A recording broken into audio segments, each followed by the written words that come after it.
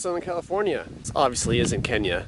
Before going through everything that's going on right now, there was one day specifically that a lot of things happened as I was releasing the vlogs. So I decided to vlog that day. Before I start updating things real time, I'm gonna show footage from that day, and the next vlog I'll start updating in real time. The vlog's obviously gonna evolve a little bit. I'll talk more about that later, but let's go to April 11th. First episode of the vlog is up. It's been awesome sharing this, getting the feedback. But I got something way more important to talk about. A package just arrived from India. It's so exciting, right? All right, so this just came from India. Obviously haven't opened it. These are the first samples from India that Imtiaz Isaac, they made in the factory. Just showed me pictures, which I'll show you. So that's all I've seen.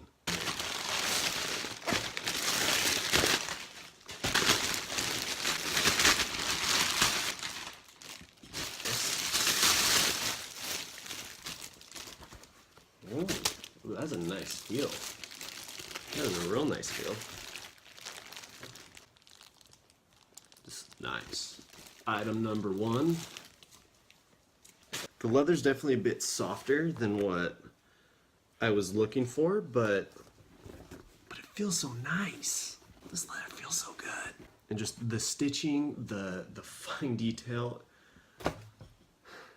it's just so good. Now granted, I'm saying that coming from Kenya where we're just struggling. I mean, we couldn't even make a good pillow. So I think your measure is off. How do you not know your own tape measure is adding a 1/4 inch? You can't even compare. I mean, just the stitching is just so clean. They did a good job.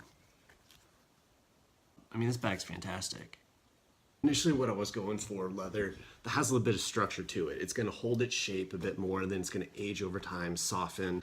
Now this is thinner leather, it's softer, so it feels great right away. I'm not 100% sure if that's what I wanna start with, but the execution on the design, stitching, I'll measure it out, but it looks incredible. All right, what do we got next? Pillow cover. See, I didn't really want this, so they put a button on the back so you can see here where the buttons are, and so it's pressed against the leather a little bit. I mean, with volume, we would pack it right, that wouldn't be an issue, but I don't even know that's necessary. I want this pillow. I don't want to sell this. I just want to keep it. Great job. The big pillow. Looks like same leather again. Put the hardware on the back here. The stitching, solid.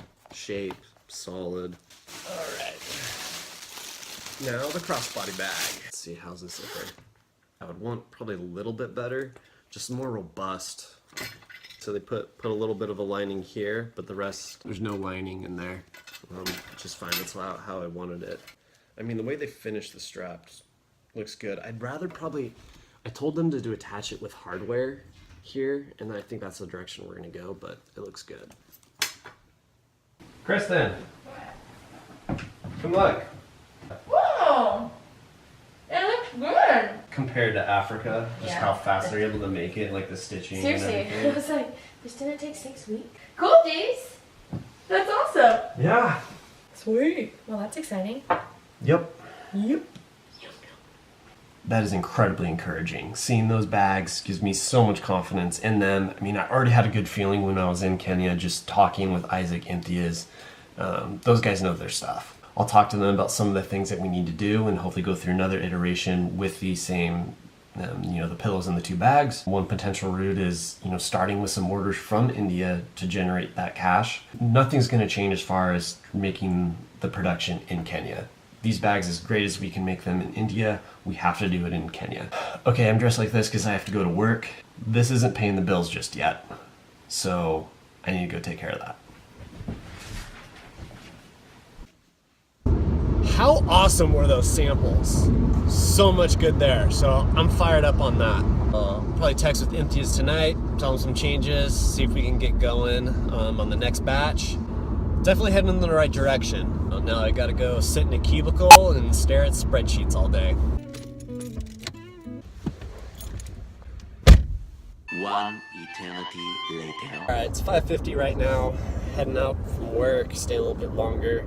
Part of the reason of documenting today was, okay, yeah, today was the first day release, the first episode from the vlog, but there's also an event I'm supposed to go to tonight.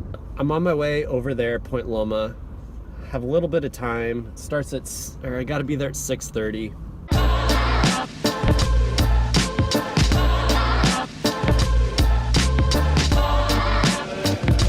All right, I don't really have time to do this, but we'll make time.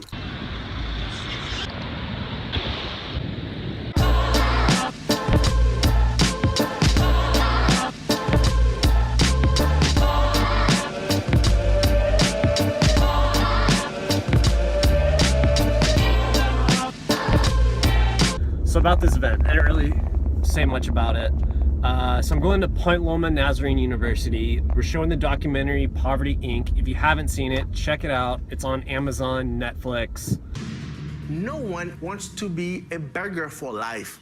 I know about countries that developed on trade and innovation and business. I don't know of any country that got so much aid they suddenly became a first world country. Like it sounds, talks about the poverty industry, people doing charity, social businesses, all that kind of stuff. Really interesting. Definitely a conversation starter if you're interested in this kind of stuff, which if you're watching this, probably are. They're showing the documentary and then having a panel discussion, doing a little Q&A. I was asked to be on that panel, which is awesome, really excited for. I'm gonna try to film the Q&A. I don't really know what to expect with this. When it's on a topic like this, like I don't care if there's 2 people, I'll come. But I hope there's more than 2. Paternalism, the old way we did development, is no match. How do we accomplish or work towards something where we're actually lowering the cost of what poor people pay for energy, for food, for their own artwork, for their clothing, for whatever, so that we're not lowering it in terms of dumping it with excess goods, but actually generating the workers within that country to create things that lower the cost, whether it be energy or food or all those things. Is there a way in which you can do that productively? Well, so I think there are ways, but I would say that's also one side of the coin. I mean, sure, you have your expenses and obviously you want housing, electricity to be lower, but well, what if you just made more money? Like that would solve that issue as well. And so it's difficult. I mean, we definitely have the ability or, to create, products and things that reduce the cost. But I think a more simple one is just do business. Help them with that income generation. And I mean, you kind of alluded to, we want things to cost less so that they have more money to their business. Well, why don't you just do business and help them make more money? Why go indirect rather than directly to it? And so I think both. In every situation, basically, as soon as someone gets hired, suddenly they go from having 2 kids they're providing for to 8. Because all their friends and family go, oh, you're hired by white people, take care of my kids.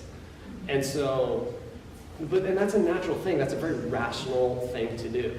And the second thing is, we assume that everyone wants to be an entrepreneur out there. Whereas, I don't know how many here planning to go start a business after you graduate, like that. If you are, that's great. But the truth is, most people are gonna go get a job.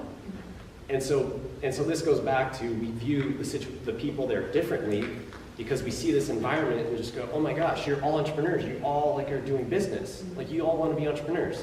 Well, do they want to be entrepreneurs, or is that a response to the environment they're in? Like there's no jobs for them to go get. By far, my worst experience was having a kid from high school come up to me and say, hey, can you come build a school in my village? Like there's this kid who said, I never worked for an organization that built schools or anything, but he just saw me, a white person. And in his mind, I'm up here, he's down here. I can do anything, he can do nothing. And he just said, hey, can you come build a school? And just like, that's what he thought he could do, nothing else. And so, whereas, the role of dignity and instilling a sense of hope that you can do something that you're valued. I think the talk went well. What do you think? I think it went really well. Yeah?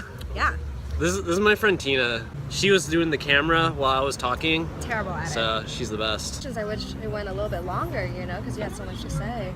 Yeah. But you're experienced and you've gone to, and like all the companies because the other Okay, speakers. say what you actually think. Don't just say just because of the people. See, what do you want me to say? That's what I'm asking. No. Cut that out. Cut that out. Yeah. Tell me about your yogurt. We have some very different We do. method. More of a minimalist approach to my yogurt.